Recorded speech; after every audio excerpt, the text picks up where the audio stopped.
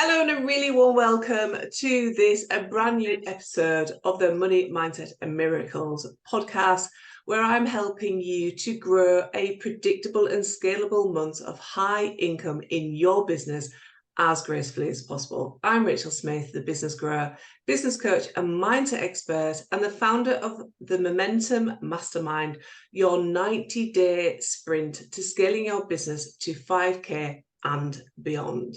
Join me every week as I share the tips, inspirational stories, interviews, and strategies that will support you on your journey of scaling your amazing business.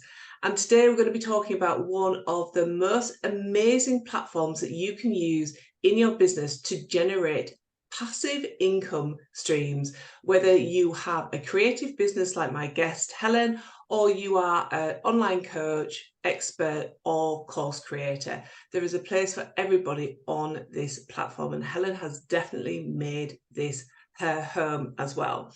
So before we get into today's interview, let me just put into context why I have invited Helen Dryer to come and join us today. Helen is a professional even jewellery designer and tutor based near York. She has over 20 years experience in the trade and specialises, and I think you can see, in beautiful handmade jewellery. She offers a variety of jewellery making and creative one-to-one classes and workshops to teach jewellery design. She's definitely very passionate about this. And she really supports with people of all ages in that. Her classes are really popular, and she has a passion for teaching silverclay and jewellery inspired by her local nature reserve, Skipwith Common. So if you're local, as I am, to Helen, you'll know exactly where that is. If not, it's just beautiful. Helen also has a super successful online shop where she sells her own range of jewellery. So Helen, welcome to the podcast. I'm delighted that you're here today. Hi, Rachel. Thank you very much for inviting me. I just love your story, and I love your passion as well. We were just having a chat before we actually went live, and I'm always really inspired when I've listened to you.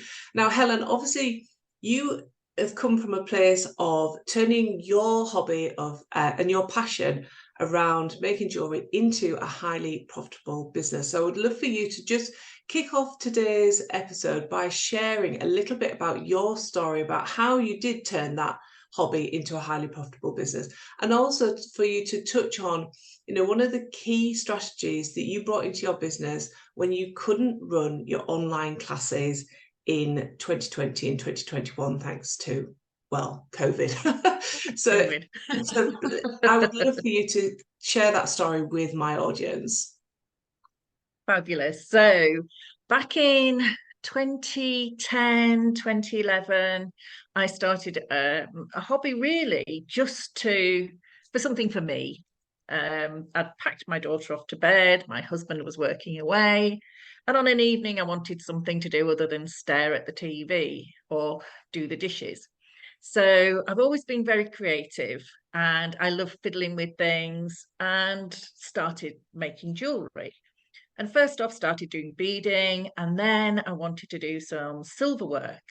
And the first thing I did was I learned to make rings, things like that.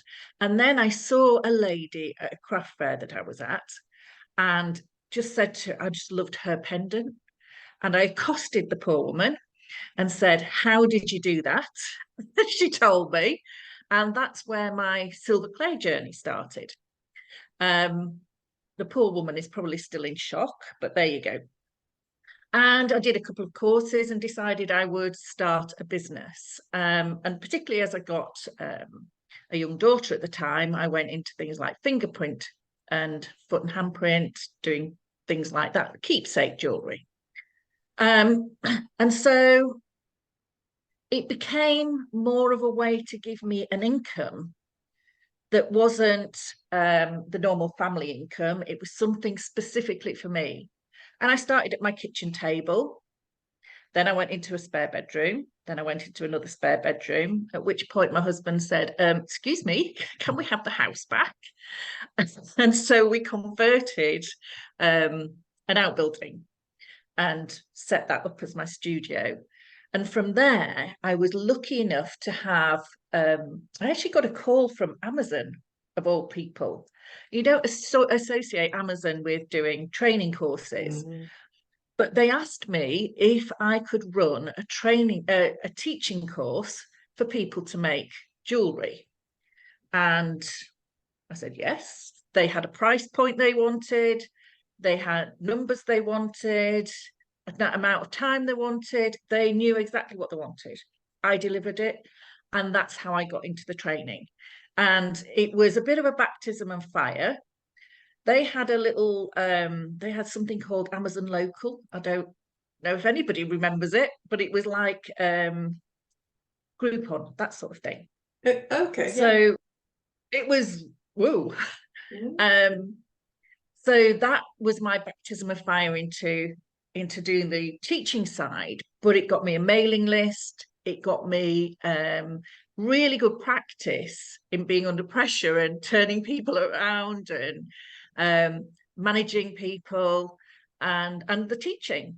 But I also had the opportunity to sell my jewellery as well. And at the time, I still find this quite amazing, but at the time I was quite shy and I didn't want to go out and sell my jewellery. I felt really uncomfortable about that. So rather than putting my name, Helen Drye Jewellery, or anything like that, I did silver and stone jewellery design, which is what my business is called. And I started selling online. So rather than the in-person side, which is what most people start with, I started online and started my Etsy shop in 2011. Wow. So those were the sort of the two bases of my business. And within a couple of years, I realized even my converted outbuilding was too small for me to host classes and have on display all the jewellery that I had, because people, when they come to classes, also like to buy jewellery. So from then, probably about 10 years ago, I got premises. And so very quickly got premises, could do bigger workshops. And actually that was the start of this whole studio and what I do now. So without doing the kitchen table and moving around the house and testing it in a safe way, I wouldn't be here today. And it's really interesting that you should share that, Helen, because I think there's so much noise online about do this and get here, get to this point in your business really quickly. And actually, it's not like that. It is a journey because we're evolving, aren't we? Like you had to figure out who you were in the jewellery business, and you had these opportunities that you had the confidence to say yes to, and you discovered that actually the things that are really in alignment for you are the is the teaching, you know, that kind of teaching and bringing jewellery making to other people, which was not where you started when you started making your own jewellery. So I love that actually you've just shared that even though your path took a different path to perhaps where you thought you were originally going to start from, that by listening to yourself and saying yes to the right opportunities, you've actually arrived to the point where you are today. And you have this like thriving, highly profitable jewellery business, both in your own jewellery designs and the classes that you run. But the thing that we haven't touched on is that actually you're also an online course creator, which is like another part of your business, which is where you are teaching other people to set up really highly successful jewellery businesses just like yours as well. So you're bringing all of that kind of experience into your business and helping other people to to say yes to opportunities and to help them grow their business, which is absolutely amazing. Yeah, and it's also one of the things that I found was, because I have lots of people that I teach in the studio and online. And the biggest thing is working out what's best for them. So for me, particularly in the early stages, I didn't want to go to lots of craft fairs. I had a young daughter, my husband worked away, I only saw him at weekends. So if I keep toddling off doing craft with him, I might not even see him. Yeah, exactly.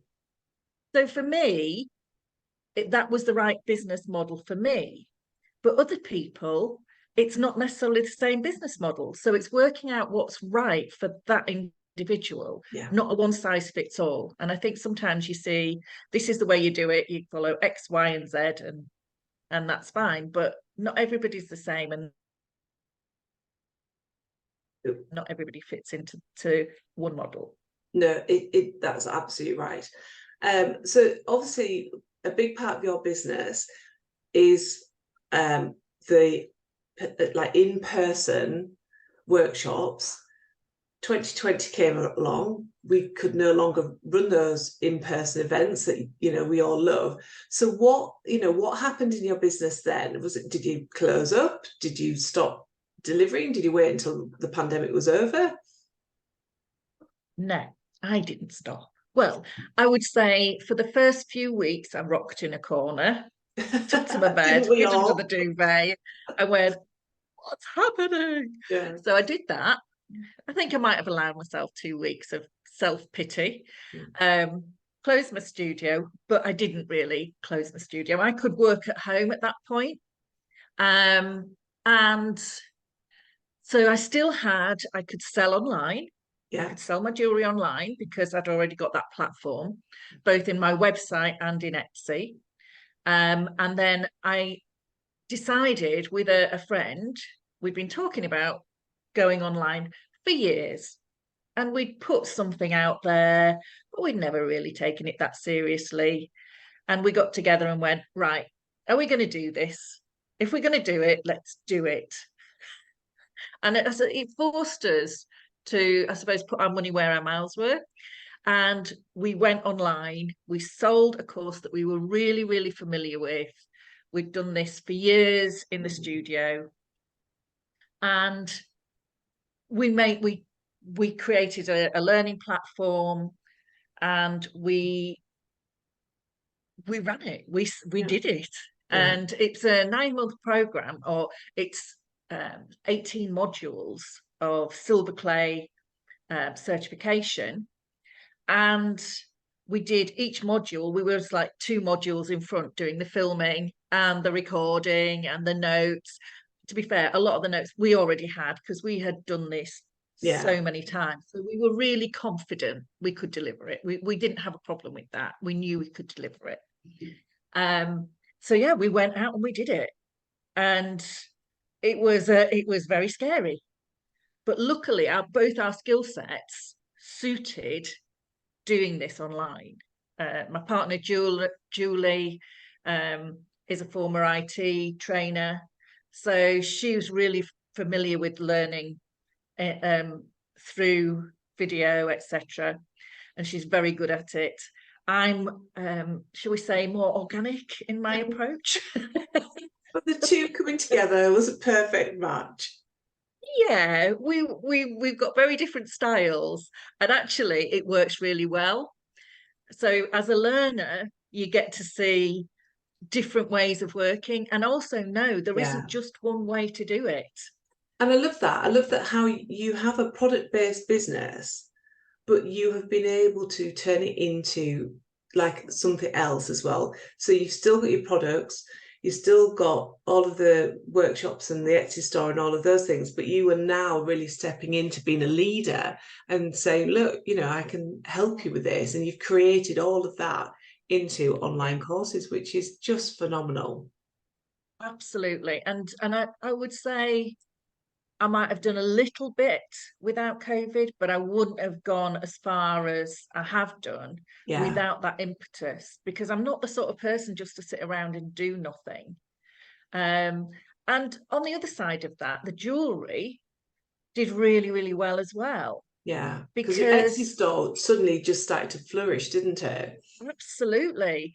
It was steady away before that. It was, you know, a little bit of a bread and butter thing. It kept, you know, the orders came in. But people wanted to buy from independents. They wanted to put their money into small businesses. And Etsy is a really good route for that.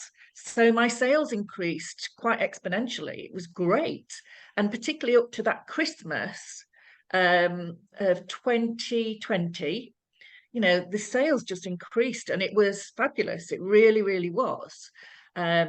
So that felt like very much a godsend, because it meant that my overheads for this place were paid for. Yeah. And the risk that I took of going online, it was less of a risk. Yeah. You know, there were overheads for that, but it wasn't a risk in the same way. So knowing that my overheads were covered was really, really good. It kind of gives you the confidence that you can keep showing up in your business, you can diversify into online courses or anything else that comes up. And like, we're going to get into talking about Etsy on this episode. And I just wanted to say that, like, even though you're like, oh yeah, you know, my store started to see all these brilliant sales and it's done really well, that's amazing, that's brilliant. But I think there's often the assumption from people when they haven't looked at Etsy before, or if they're looking at another platform which is similar for online courses, which is Udemy, is that you're led to believe that it's really easy to kind of get on there and make money. And it isn't necessary. And that's what we're going to get into today. And I just wanted to kind of, like, I said to you at the beginning of this episode, you know, I've actually done some research about Etsy, because I know that for people that have got a product-based business, it seems really sensible to have an Etsy store. But actually, for people like me who are coaches or online experts or course creators, there's a massive sector on Etsy for printables. So I had a look, and apparently the revenue from the past 12 months from Etsy is reported to be $2.628 billion. And they're seeing an 11% increase year on year. So it wasn't just there was probably a hike during 2020, 21, but even so, since then, they're seeing this kind of growth of 11% every year, which is amazing. And the number one kind of item that sells, no surprise, is gifts, in particular jewellery. So for your people listening to this, brilliant, amazing, get on Etsy, definitely. But the another product area that actually sells really well is printables. And that's something for somebody who's like me, who's creating workbooks and content and, you know, mindset kind of tools. It's an amazing platform for businesses like that. And in the UK, they've got just short of 1 million active sellers on Etsy. So lots of space for people to come along and actually generate, you know, profit and growth from their own business. And it's not just about selling on Etsy. That increases your visibility, increases your authority in the world, and you're going to attract in people who haven't necessarily found you on Instagram or Facebook. It's like this brand new way that you can actually get seen and heard.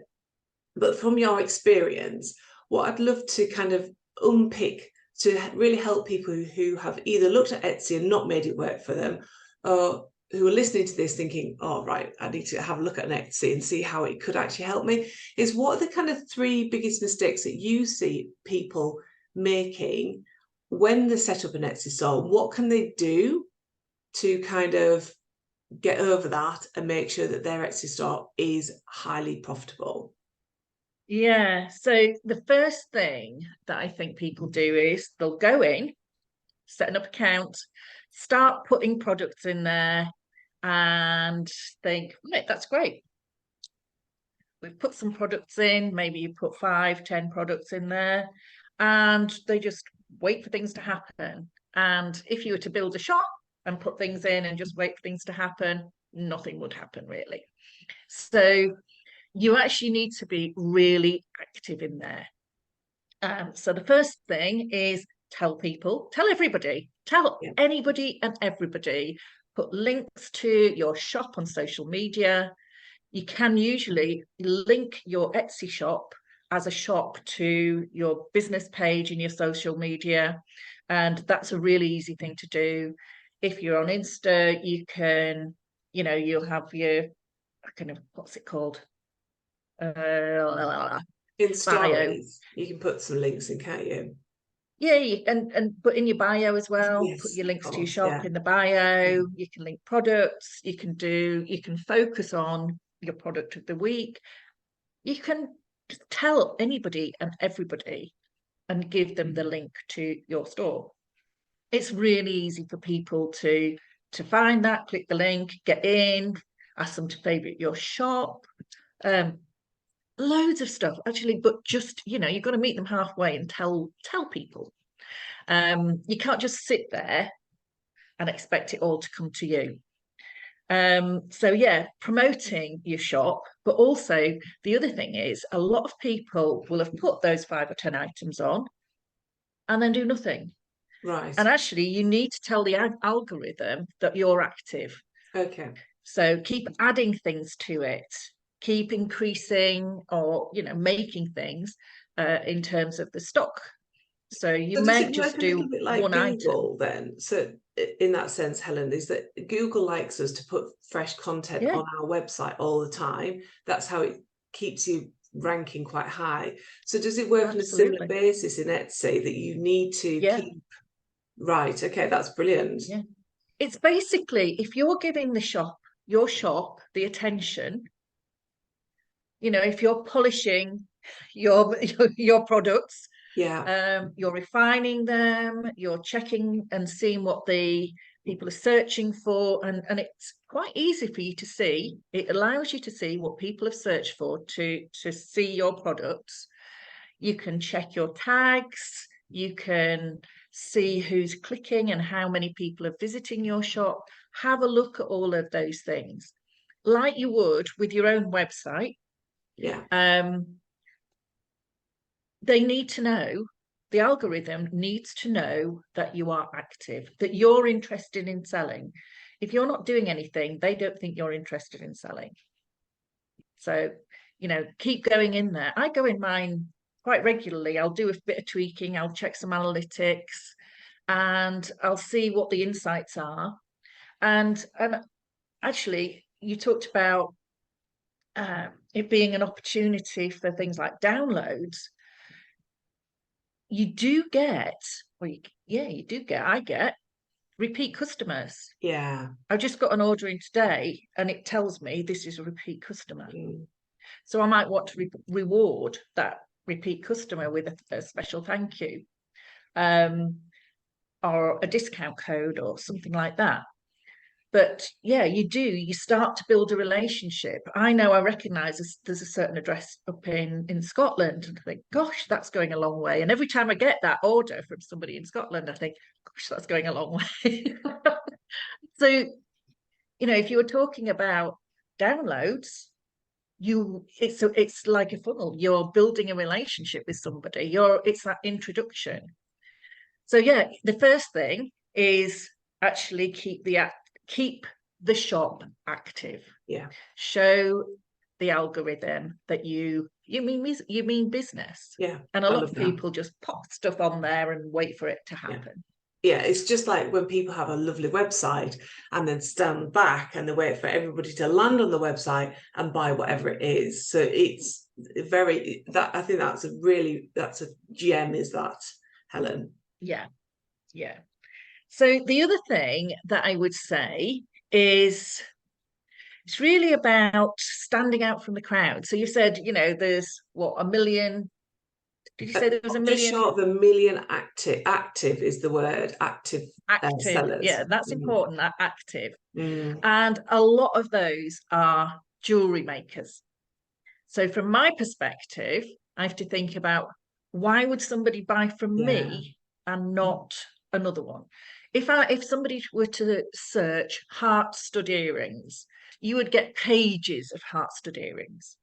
I actually have heart stud earrings and they sell really well and nice and steady sales, and always have done. So I'm like, I'm keeping those. Yeah, there's a But bestseller. every now and again, I'll have a look and see what other people have as their pictures for heart stud earrings. Is there something that really makes me jump out? If I was looking at that page, where's mine? Yeah. Is it down the bottom? Is it on that page? Is there one that regularly comes up? And what's the difference between theirs and mine? So I'll have a look at that. But with my other work, which is very much inspired by Skip with Common, I want to stand out. I want to look a little bit different to other people. And again, I will sometimes just search some of the tags that I use or some of the things that I have as titles and see what else comes up and see what draws my attention, so that I don't want to copy it, but I want to see what's different. Yeah. And what do I need to tweak? Does mine look better or worse? Are their pictures better? Have they got little videos? Because you can put videos on now. And like with anything social media or anything like that, we all love a good video, don't we? Yeah, so absolutely. Even if you know, the thing I've started to do is take a picture of the pendant, say, and turn it round. Oh, nice. And have a little video so you can see the back and the front, and it gives you a better idea of the dimensions of that particular piece. So I might even hold it against myself, and so people can so you actually get see the size of it. Yeah. Yeah, you see it a bit better, because Mm. sometimes some of the pendants are quite small, and if you hold it near the camera, it looks big. Yeah. Actually, some people like really small. I like quite chunky. But it gives a better sense of perspective. Yeah. And they get It the also feel for makes it work, feel a whether or bit not. more like wearable, like you can imagine yourself wearing it because you can see the size of it and the way that it falls and the way that it looks. Yeah, I love that. Yeah. So, but just keeping on top of, well, what are other people doing? And am I trailing behind? Oh, I haven't, some of my old listings don't have a video because I haven't gone through every single one of them. But my new ones, I incorporate a video in with them now. But it's just keeping on top of all of those things and standing out in some way. Make sure that your pictures are really clean and clear. Yeah. And you can put loads of pictures on and a video. So use those spaces. Also, Don't just put one don't be on. scared of putting lots of images on. Put loads. Yeah. I sometimes see people putting 5 of the same image. I'm thinking, why did you do that? Yeah. Because it really wasn't going to be a huge amount more effort to take them from a different angle. Or, it's like, why would you do that? But if you're going to do, any photography, take the time to do it and do it really well. Because the ones that have got a bit rubbish photography, they're not going to get any sales. That's just life. Yeah, we are very driven by pictures in social media and also online for buying. So that's the second one I would say, is take your time, stand out from the crowd. Don't be afraid to stand out and be a bit different. Yeah. I if think that's your true product in is the all only of one with a business. dark background. Yeah. I think it's true in all it'll of stand business. out. Yeah. Stand out, be different. Yeah. Be different if need be. Yeah. So I would say the other thing that I see quite a bit is that people, they've done all of that, but then they haven't written a bio about themselves on Etsy. And we all know people buy from people. Yeah. Very and important. They haven't even filled that in, or they've just put a picture of the cat or something as the profile picture. It's like, when I first started, I said I was quite shy. I'm afraid you've got to go out there and do it. You've got to put your face on things. People were buying in COVID and still do. They want to know about you as an independent artist a handmade maker, a coach, whatever it is, they want to know about you. They do. And hiding your light under a bushel is not going to get you anywhere. So that's the thing I found online. I could do that.